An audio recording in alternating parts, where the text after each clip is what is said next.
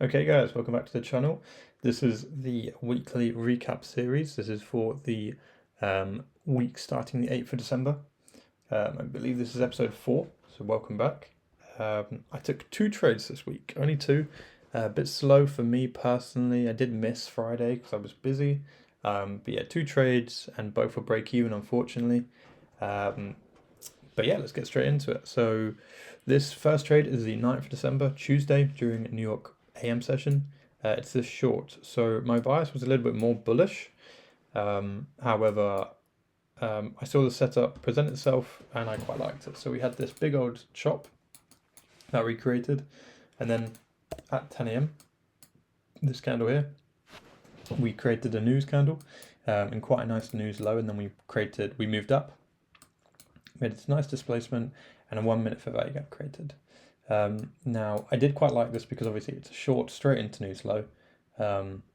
However, we are shorting right back into chop, which is never something you really want to do.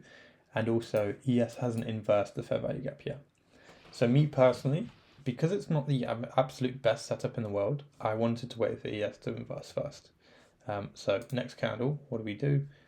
We inverse ES, and obviously NQ's already inversed. So great displacement, which is perfect for what you want to see on ES.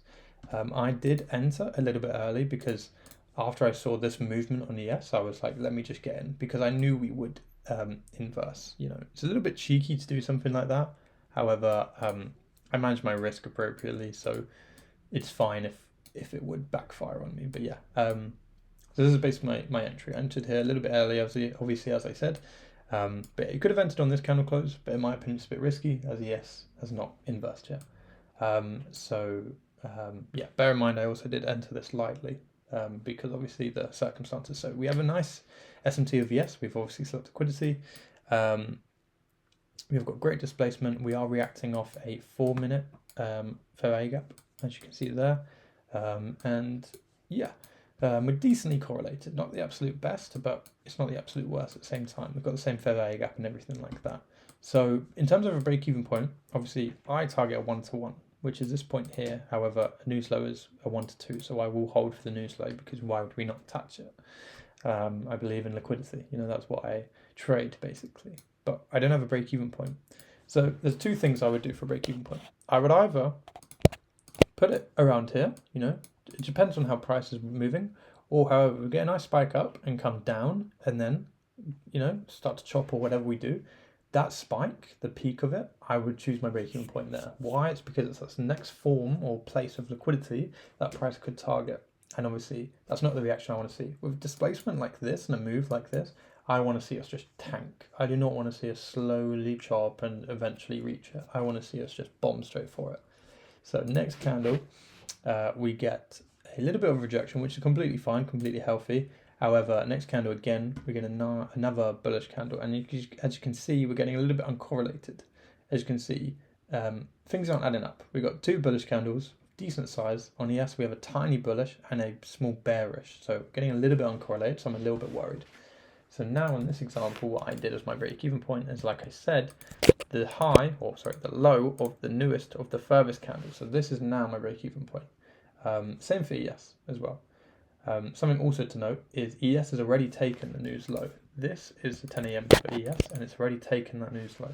So already this trade isn't amazing because of the fact that ES has come here and created an SMT. However, there's no reason why this won't work because of that, but it makes it a little bit worse. So next candle, we have a nice big push, which is very good. This is something you definitely want to see. But ES has taken out a lot of lows, you know. We've taken out this low now on ES. We've come all the way down here on ES, which is not something you want to see as we're very uncorrelated. But obviously I've stayed in the trade, I believe, in the news low and everything. But now I'm set to break even because we've taken out this low, this new low that we've created. And what happens next is we just come straight up. So I'm out of the trade now, break even, obviously, like I said. And then, yeah, this trade was just horrific to watch, and I'm very glad I was out. I would have been very stressed. But yeah, as you can see, that would have been a loss as we had a candle close above the fair value gap. That is how I trade. If I get a candle closure above the fair value gap, then I will exit out manually. But yeah, so bit of an iffy trade, not the absolute best. However, I knew that. That is why coming into it, I managed my risk. But yeah, not the best, not the worst. Just a decent conviction trade to the news low, but we just unfortunately didn't take it. So yeah, that was my break even on Tuesday. My next and last trade of the week was for Wednesday. This was just after New York Open. Let's go to that now. So this was a gorgeous trade. Going into the session, I was bullish as well, bear in mind. So this is what we get presented. So obviously New York Open is literally here. We have a nice little down push, which is obviously good. You want to go opposite direction to your buyer so you can create that liquidity. And we create this huge 1 minute. And as you can see, there is no other time frame within this 1 minute. Okay, it's just the 1 minute here. With that, we obviously sweep liquidity. We get a nice SMT. We are tapping into a 5 minute fair value gap. So this is very good context. Obviously, ES also has the exact same fair value gap as well. So really good. Next candle, what do we get? Insane displacement. This is literally everything I want.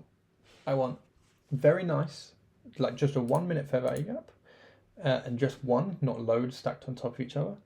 A nice, bit of reaction like this, and insane displacement. That is all I want.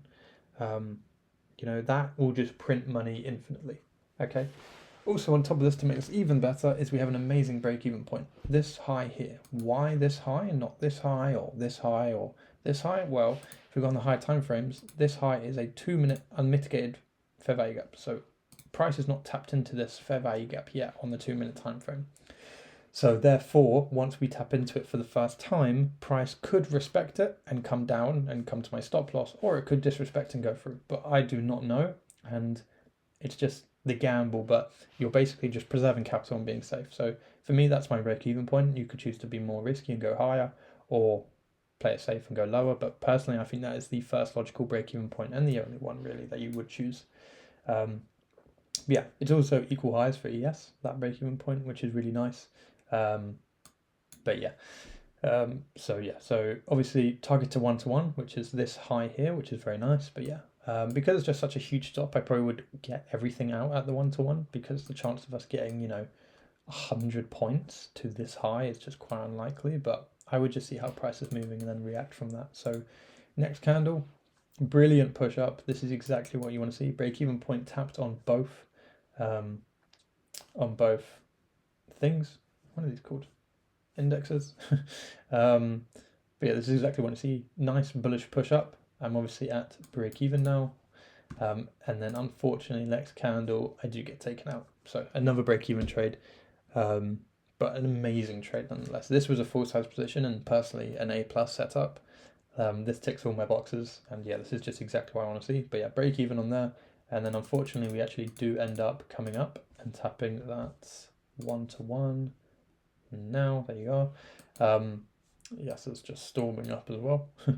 But yeah, I do not regret going break even once again. Why? Well, price easily could have respected this and gone down. And in fact, that's actually what happened. In the first instance, we tap into it. Next candle bearish, and next candle again. It is bullish. However, you can see this wick that we've created. Look at all of that wick. So there was a reaction once tapping into this. However, obviously, I imagine the reaction from this 1 minute was stronger and caused price to push up and go further. So it is what it is. But once again, I do not regret going break even. It is what it is. I have preserved my capital. I haven't lost anything. And I don't think you should ever regret going break even. But yeah, that is my week. Just 2 trades. Once again, you should be patient. You should wait for the setups, not force them. Taking a few trades a week is not a bad thing. It's a very good thing in my opinion. It's also December, probably the worst month of the year in terms of price action. So we're not going to get amazing things. Going into next week is obviously the 3rd week of December, starting the 15th. I'm not expecting a whole lot. I will be very careful, as the closer we get to Christmas and New Year's, the slower price action we'll get. But obviously, if an A+ setup presents itself, I will take it and I will inform you guys. But yeah, be careful out there. Make sure you manage your risk appropriately.